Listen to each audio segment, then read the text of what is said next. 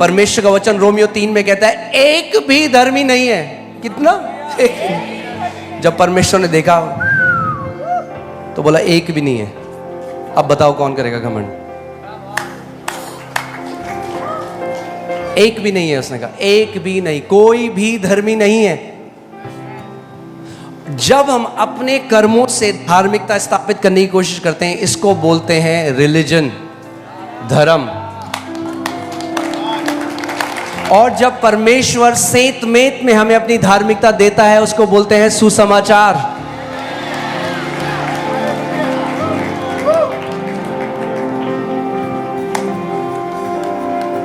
Hallelujah. बहुत जरूरी है इस बात को समझना। कई लोग मछली हैं, वो पेड़ में चढ़ने की कोशिश कर रहे हैं, और जब नहीं चढ़ पाते तो वो नाराज हो जाते हैं। नहीं चढ़ पाओगे पेड़ में। इसीलिए प्रभु जानता है हम लोग नहीं कर सकते, इसीलिए उसने कहा तुम्हें नए सिरे से जन्म लेना जरूरी है पहले। सुसमाचार कर्मों के बारे में नहीं है, सुसमाचार नए जन्म के बारे में है। आमीन। क्योंकि वे परमेश्वर की धार्मिकता के अधीन नहीं हुए। क्यों नहीं हुए परमेश्वर की धार्मिकता के अधीन? क्योंकि वो अपने कर्मों से धार्मिकता स्थापित करना चाह रहे थे। अगर आप अपने कर्मों से धर्मी बनना चाहते हो तो आप कभी परमेश्वर की धार्मिकता के अधीन नहीं आओगे। याद है मैंने आपको कुछ दिन पहले बताया था कि मैं और पास्टर से हम बात करते कि अगर चर्च में एक वैश्या, एक चर्च में एक मर्डरर आ जाए और वो प्रभु यीशु मसीह को ग्रहण कर ले, तो वो उतना ही धर्मी है जितना धर्मी पास्टर है। कई लोगों को पछता नहीं है, तो ये कैसे हो सकता है? हम तो 40 साल से उपवास रखते हैं। यही तो बात है, यही तो सुसमाचार है।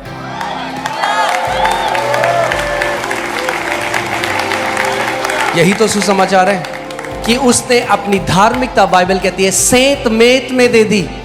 यानी सेंत मेत में मतलब मुफ्त में दे दी, यानी आप उसे कमा नहीं सकते।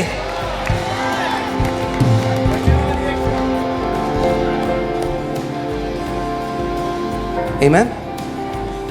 ध्यान से मेरी एक बात सुनिए। इस समय जो आई थिंक सबसे महंगी गाड़ी है दुनिया की, एक रोल्स रॉयस की गाड़ी है। मुझे एग्जैक्ट तो उसका मॉडल नहीं पता, पर वो 200 करोड़ से ऊपर की है, 230 करोड़ ऐसे कुछ।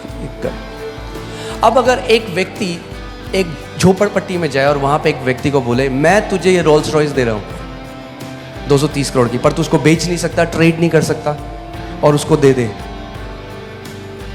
ठीक है?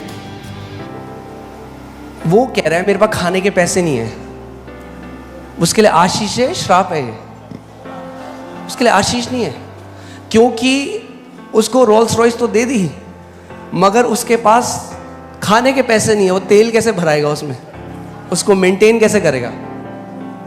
कुछ लोगों को लगता है परमेश्वर ने उद्धार दे दिया, मगर वो कहता है अब अपनी सामर्थ्य में तुम्हें मेंटेन करना है इसको। ये सुसमाचार नहीं है।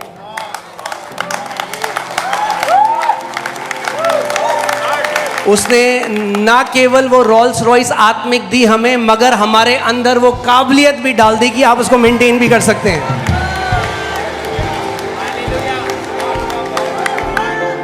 आमीन। उसने नहीं कहा अब मैंने तुम्हें धर्मी बोल दिया है, अब अगर तुमने एक गलती करी। याद है आपको जो मैं उदाहरण दे रहा था, ये परमेश्वर, ये हम, स्वर्ग, गलती भी, नरक, स्वर्ग नरक। इसीलिए कई विश्वासी हैं, उन्हें पता ही नहीं, हो सोचते हैं मंडे हम स्वर्ग जाएंगे, ट्यूसडे हम नरक जाएंगे, बुधवार हमें पता नहीं हम स्वर्ग जाएंगे या नरक जाएंगे, बृहस्पतिवार तो हम नरक ही जाएंगे। और वो जीते इस कांस्टेंट फियर में, इस डर में। क्यों? क्योंकि उनको क्या लगता है अंत में सारी, ठीक है प्रभु क्रूस की कथा सब सुन लिया हमने, यीशु को ग्रहण किया सब, अंत में जो चीज निर्भर करेगी वो है हमारे कर्म। तो क्या किया आपने? आपने उस क्रूस को नली। अगर आखिरी में सब कुछ होने के बाद भी परमेश्वर आपके कर्मों को ही देखता है, तो फिर क्रूस नलीफाई हो चुका है।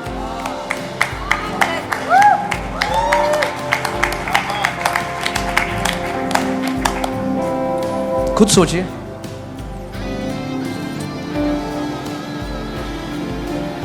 बहुत जरूरी है हमें समझना सुसमाचार क्या है। आप सोचिए, एक एक छोटी बेटी है, मतलब एक बेटी है जो पढ़ गई है, छोटी नहीं है, पढ़ गई, उसकी शादी हो गई और उसका पति बहुत गुस्से वाला है, मतलब पागल हो जाता है गुस्से से। तो वो इस डर में रहती है 24 घंटे कि ये मुझे घर से ना निकाल दे। तो पूरी लाइफ वो क्या करती है, उसको खुश करने की कोशिश करती है। ऐसे कई मसीह जीते हैं परमेश्वर के साथ। उनको लगता है कि ये बाइपोलर है परमेश्वर। क्या है बाइपोलर, समझते हैं ना आप?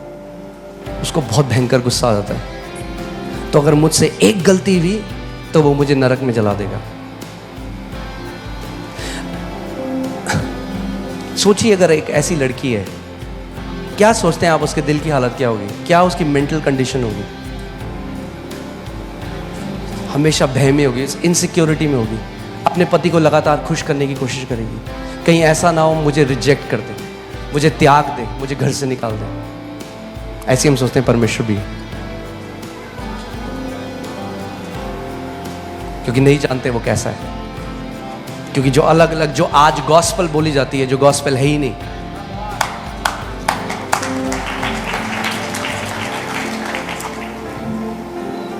टाइम लगेगा थोड़ा, बट आ जाएगा समझ। जो सुना है हमने इतने साल से, वो लड़ेगा इस ट्रुथ से। आपको क्या लगता है इतनी इजीली शैतान आपको छोड़ेगा नहीं? पुत्र आपको आजाद करने आया। उसने कहा जिसको पुत्र ने आजाद किया है वो सच में आजाद है।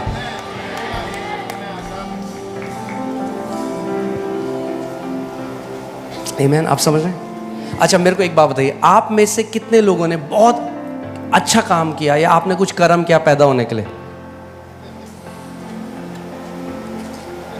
कितने बंदों ने काम किया पैदा होने के लिए? काम पैदा होने के बाद शुरू होता है।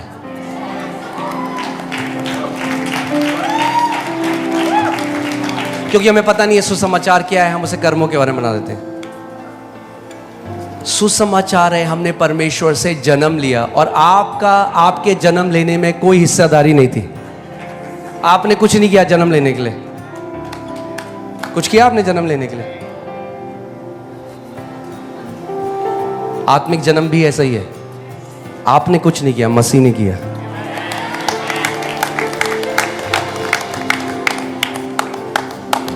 आमीन। अब जब आपने जन्म ले लिया, अच्छा आपने जो जन्म ले लिया, क्या आप दोबारा, मतलब कैसे बोलते, इंग्लिश में बोलते हैं अनबॉर्न, आप अजन्मे हो सकते हैं? आप बोलेंगे हाँ जी मैं 1980 में पैदा हुआ था, मगर फिर मैं वापस चला गया, फिर मैं पैदा नहीं हो रहा। क्योंकि हमने सुसमाचार बना दिया स्वर्ग और नरक के बारे में। और ये तो हम लोग क्या सोचते हैं सुसमाचार के बारे में, कि अंत तक आपको मेहनत करती रहनी है, अंत तक आपको लगातार खुश करने की कोशिश करनी परमेश्वर को, आखिरी तक आपको नहीं पता आखिरी सांस के बाद स्वर्ग जाओगे या नरक जाओगे। ये बना दिया हमने सुसमाचार।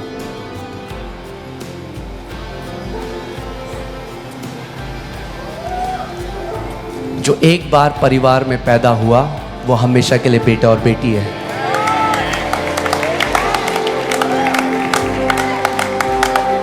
जो आप प्रभु के घर में पैदा हो गए, अगर पैदा यही होना है बस, अगर हो गए तो पैदा हो गए।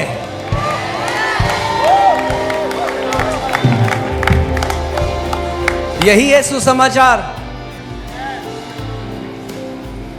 कि हमारा नया जन्म हुआ है, दोबारा नहीं जन्म हुआ। वो वाला नहीं कह रहा हूं मैं, दोबारा जन्म जब आप कुत्ता बिल्ली बन के आ जाओ। मैं कह रहा हूं आपका नया जन्म हुआ है, परमेश्वर के बेटे और बेटी की तरह नया जन्म हुआ है उसके घर में।